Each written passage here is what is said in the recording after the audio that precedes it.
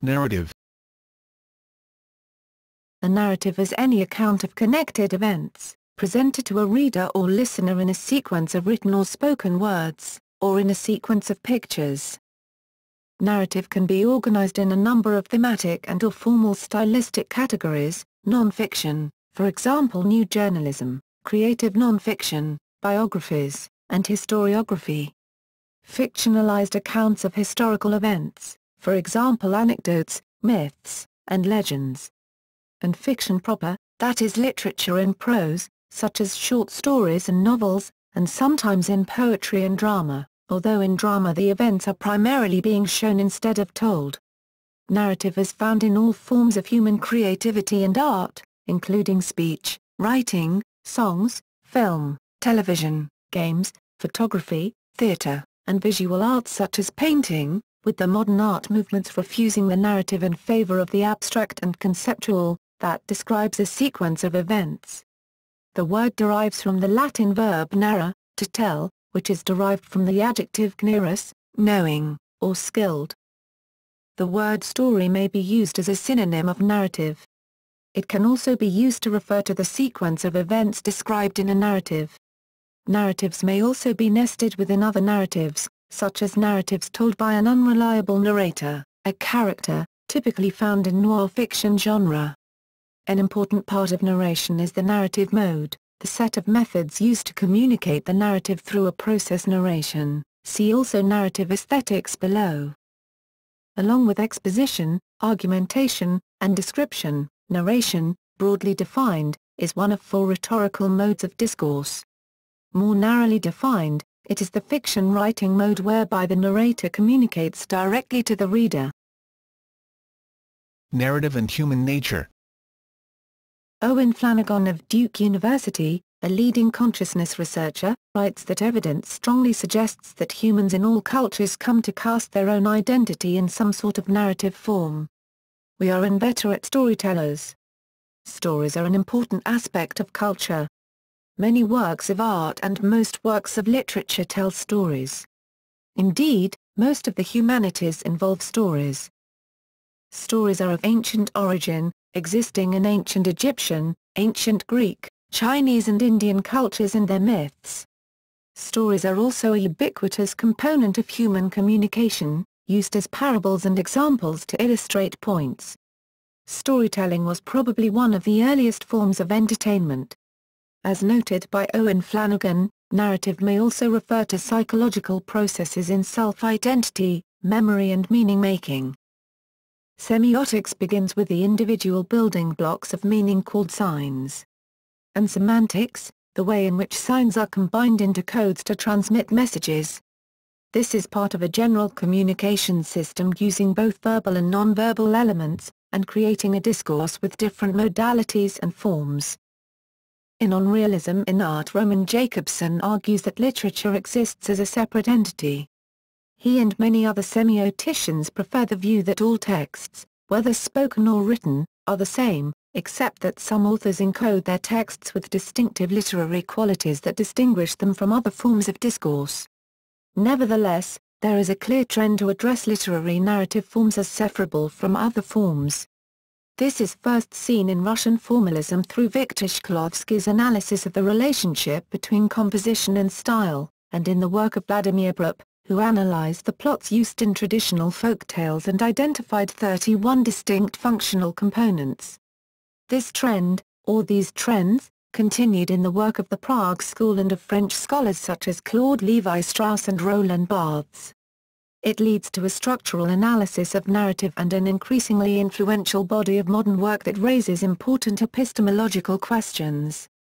What is text? What is its role? Culture? How is it manifested as art, cinema, theater, or literature? Why is narrative divided into different genres, such as poetry, short stories, and novels? Why are narratives put into literature?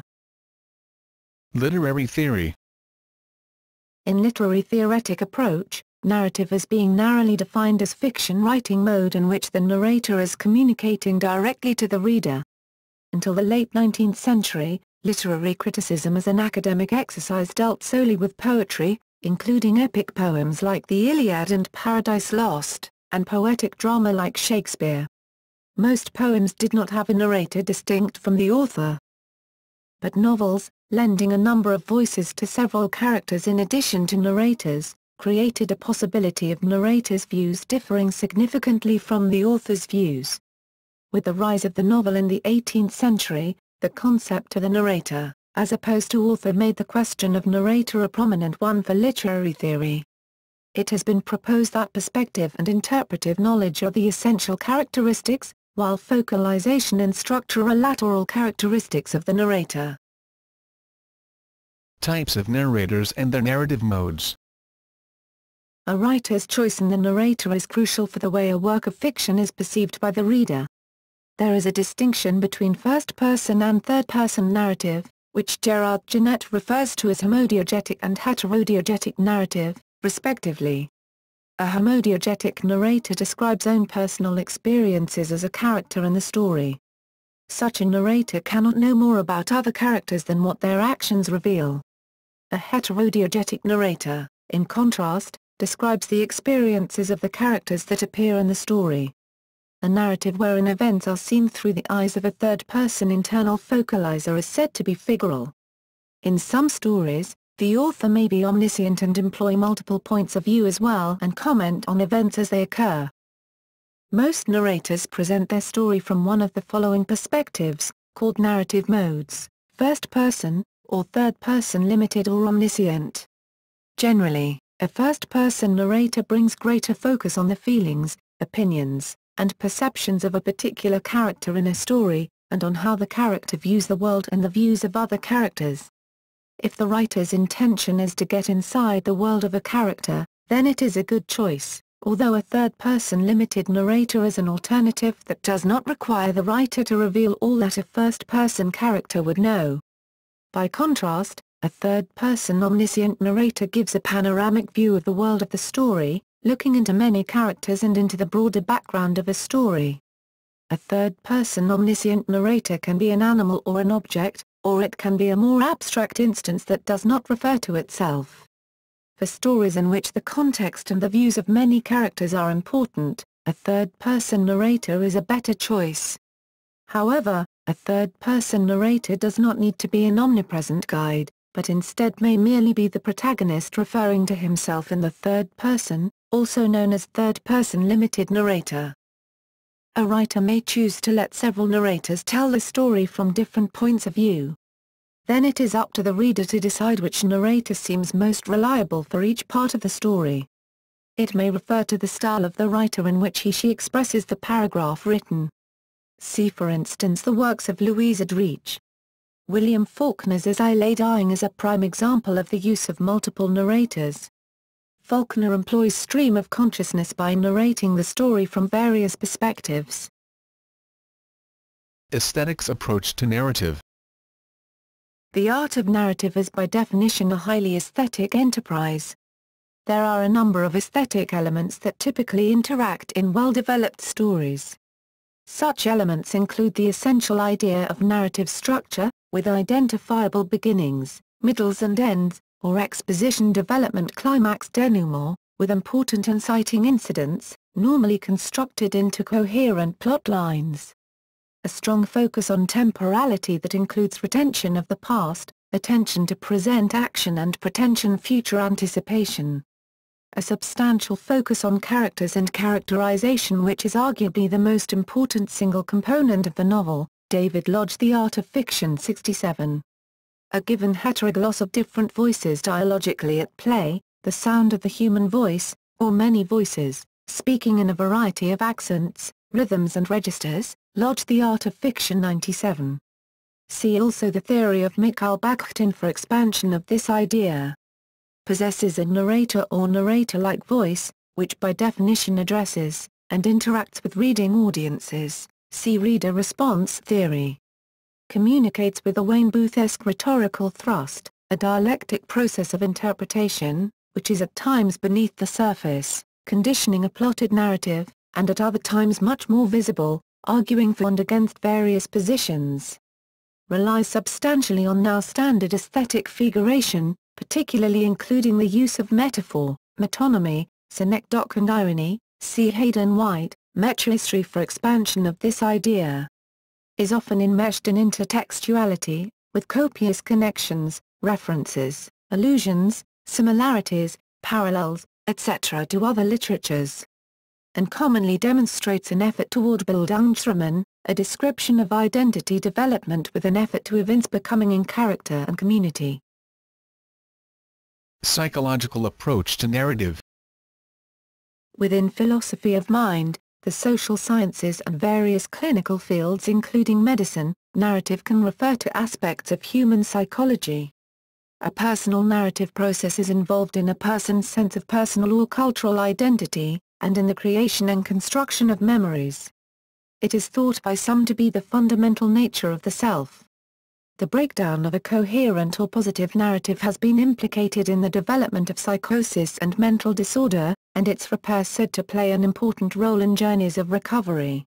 Narrative therapy is a school of family psychotherapy. Illness narratives are a way for a person affected by an illness to make sense of his or her experiences. They typically follow one of several set patterns: restitution, chaos, or quest narratives. In the restitution narrative, the person sees the illness as a temporary detour. The primary goal is to return permanently to normal life and normal health. These may also be called cure narratives. In the chaos narrative, the person sees the illness as a permanent state that will inexorably get worse, with no redeeming virtues. This is typical of diseases like Alzheimer's disease. The patient gets worse and worse, and there is no hope of returning to normal life.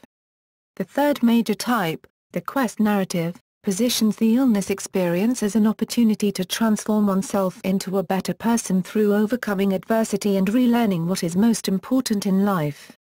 The physical outcome of the illness is less important than the spiritual and psychological transformation. This is typical of the triumphant view of cancer survivorship in the breast cancer culture. Personality traits, more specifically the Big Five personality traits, appear to be associated with the type of language or patterns of word use found in an individual's self-narrative. In other words, language use in self-narratives accurately reflects human personality. The linguistic correlates of each Big Five trait are as follows. Extroversion, positively correlated with words referring to humans, social processes and family. Agreeableness, positively correlated with family, inclusiveness and certainty. Negatively correlated with anger and body, that is, few negative comments about health. Body, conscientiousness, positively correlated with achievement and work. Negatively related to body, death, anger and exclusiveness. Neuroticism, positively correlated with sadness, negative emotion, body, anger, home and anxiety. Negatively correlated with work, openness, positively correlated with perceptual processes, hearing and exclusiveness. Social sciences approaches to narratives. Human beings often claim to understand events when they manage to formulate a coherent story or narrative explaining how they believe the event was generated.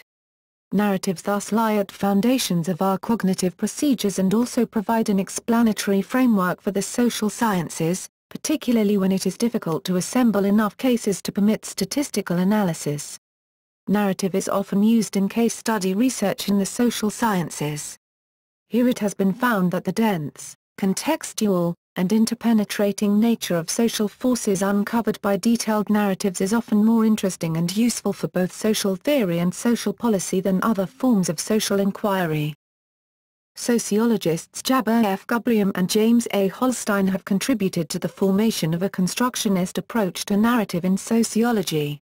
From their book The Self We Live By, Narrative Identity in a Postmodern World, 2000, to more recent texts such as Analyzing Narrative Reality, 2009, and Varieties of Narrative Analysis, 2012, they have developed an analytic framework for researching stories and storytelling that is centered on the interplay of institutional discourses, big stories, on the one hand, and everyday accounts, little stories, on the other. The goal is the sociological understanding of formal and lived texts of experience, featuring the production, practices, and communication of accounts. Narrative inquiry approach. In order to avoid hardened stories, or narratives that become context-free, portable and ready to be used anywhere and anytime for illustrative purposes, and are being used as conceptual metaphors as defined by linguist George Lakoff, an approach called narrative inquiry was proposed, resting on the epistemological assumption that human beings make sense of random or complex multi-causal experience by the imposition of story structures. Human propensity to simplify data through a predilection for narratives over complex data sets typically leads to narrative fallacy. It is easier for the human mind to remember and make decisions on the basis of stories with meaning, than to remember strings of data. This is one reason why narratives are so powerful and why many of the classics in the humanities and social sciences are written in the narrative format. But humans read meaning into data and compose stories, even where this is unwarranted. In narrative inquiry, the way to avoid the narrative fallacy is no different from the way to avoid other error in scholarly research, that is, by applying the usual methodical checks for validity and reliability in how data are collected, analyzed, and presented. Several criteria for assessing the validity of narrative research was proposed, including the objective aspect, the emotional aspect, the social-moral aspect, and the clarity of the story. Mathematical sociology approach. In mathematical sociology, the theory of comparative narratives was devised in order to describe and compare the structures, expressed as, and in a directed graph where multiple causal links incident into a node are conjoined, of action-driven sequential events. Narratives so conceived comprise the following ingredients.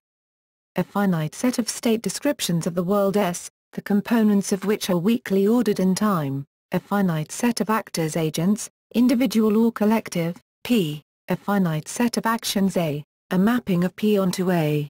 The structure, directed graph, is generated by letting the nodes stand for the states and the directed edges represent how the states are changed by specified actions.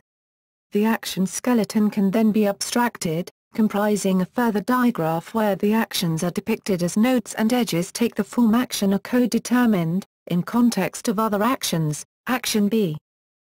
Narratives can be both abstracted and generalized by imposing an algebra upon their structures and thence defining homomorphism between the algebras. The insertion of action-driven causal links in a narrative can be achieved using the method of Bayesian narratives. Developed by Peter Abel, the theory of comparative narratives conceives a narrative as a directed graph comprising multiple causal links, social interactions, of the general form, action A causes action B in a specified context. In the absence of sufficient comparative cases to enable statistical treatment of the causal links, items of evidence in support and against a particular causal link are assembled and used to compute the Bayesian likelihood ratio of the link. Subjective causal statements of the form I she did B because of A, and subjective counterfactuals if it had not been for I she would not have done B are notable items of evidence. Narrative and music. Linearity is one of several narrative qualities that can be found in a musical composition. As noted by American musicologist, Edward Cohn, narrative terms are also present in the analytical language about music. The different components of a fugue, subject, answer, exposition, discussion and summary, can be cited as an example.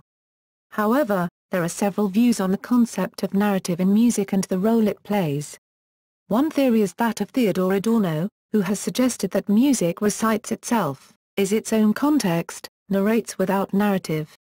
Another, is that of Carolyn Abate, who has suggested that certain gestures experienced in music constitute a narrating voice. Still others have argued that narrative is a semiotic enterprise that can enrich musical analysis.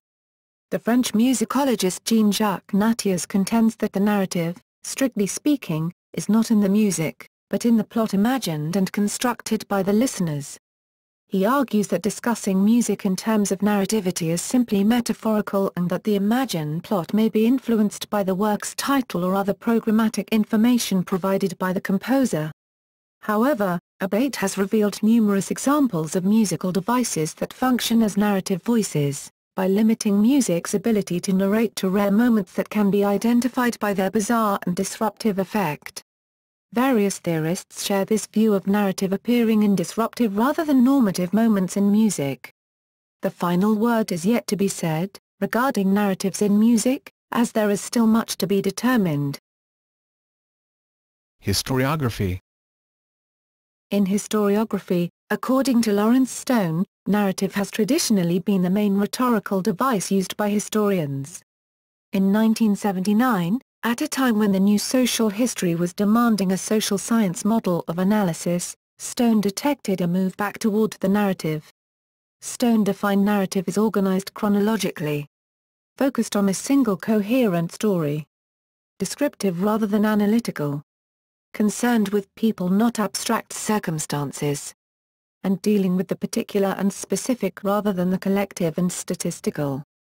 He reported that, more and more of the new historians are now trying to discover what was going on inside people's heads in the past, and what it was like to live in the past, questions which inevitably lead back to the use of narrative. Some philosophers identify narratives with a type of explanation. Mark Bevere argues, for example, that narratives explain actions by appealing to the beliefs and desires of actors and by locating webs of beliefs in the context of historical traditions. Narrative is an alternative form of explanation to that associated with natural science. Historians committed to a social science approach, however, have criticized the narrowness of narrative and its preference for anecdote over analysis, and clever examples rather than statistical regularities. Other specific applications. A narrative case study is a case study that tells a story. Narrative environment is a contested term that has been used for techniques of architectural or exhibition design in which stories are told in space, and also for the virtual environments in which computer games are played and which are invented by the computer game authors. Narrative film usually uses images and sounds on film, or, more recently, on analog or digital video media, to convey a story. Narrative film is usually thought of in terms of fiction, but it may also assemble stories from filmed reality, as in some documentary film, but narrative film may also use animation. Narrative history is a genre of factual historical writing that uses chronology as its framework, as opposed to a thematic treatment of a historical subject. Narrative poetry is poetry that tells a story. A narrative verdict is a verdict available to coroners in England and Wales following an inquest. Meta-narrative, sometimes also known as master or grand narrative, is a higher-level cultural narrative schema which orders and explains knowledge and experience you've had in life. Narrative photography is photography used to tell stories or in conjunction with stories.